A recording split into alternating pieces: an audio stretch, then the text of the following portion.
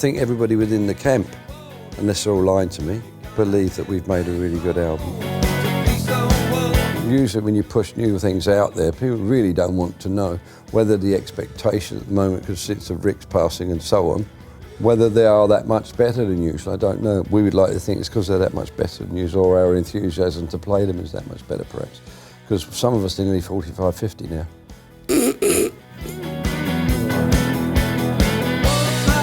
Yeah, I mean, it's quite exciting for me because I've done a couple of albums with Quo, but they were kind of covers of old material. So to do an album where it's all brand new stuff and it's a rock album as well. I always idolised Rick Parfitt, so when I first came in, my first experience, I was more starstruck by looking at the White Marshalls in the rehearsal studio and hearing them just humming, not knowing what to expect.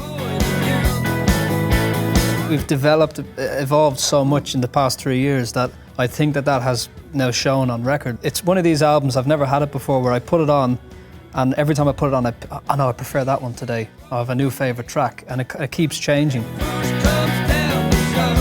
I mean, I remember the starting to write for this album with Andrew. It was the first day. I wasn't much looking forward to grinding up into it. I remember hugging Andrew at the end of the time we'd done these 2 or 3 songs and realising then that I enjoyed the actual process. You forget what hard work is. It's hard work. And then at the end of the day, you think, cool, that's good. Really rewarding. Francis was great. He's open to every band member putting stuff forward. As far as myself, I just wrote a track at home. He liked it, wrote the lyrics, and it made it to the album.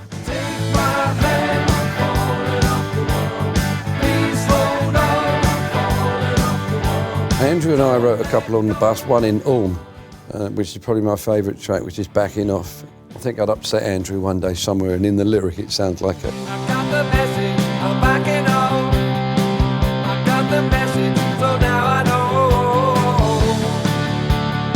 know. Simon Porter, our manager, always suggests that John and I write quite well together. But generally, when we're not in the same room together, I'll start something and John will take it away and use it, and his interpretation is slightly different when it comes back to me. So Backbone, Liberty Lane and Cut Me Some Slack come from me sending John riffs or pieces, juggle it about, and that's how they came about. Do everybody a favor, baby, cut me some slack. Do everybody a favor, baby, cut me some slack. Cut Me Some Slack is perfect for on stage, and Liberty Lane has the perfect intro, but in that Quo style, it's a melody too, which is, we've always had that pop, rock, country, blues thing.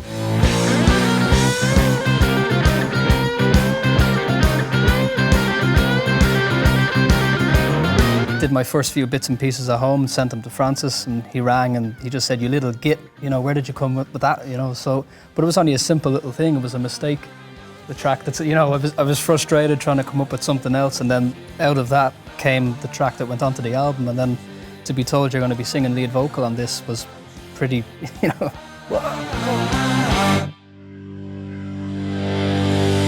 It's time that we try. Having a track on the album to me is like a massive honour. Just to be etched into the history of Status Quo, it just means a lot. Now I know. Some of the challenge of it since Rick's death, that a lot of people think we shouldn't go on, it was wrong that we went on and so on. And I thank them somewhat for that, because it's what made Rick and I carry on after that, Lancaster and Coghlan not being there, that people said it wasn't possible. And all that does is make you dig in harder and want to try and prove something. Rick would be really hurt to think that they weren't giving it a chance, particularly giving Richie a chance, because he said to Richie, go out and show him what Quo can do. Even when Rick was no longer functioning properly, that's how he felt. Him and I had always discussed the fact that whichever one of us went, that the other would carry on. It's what we do.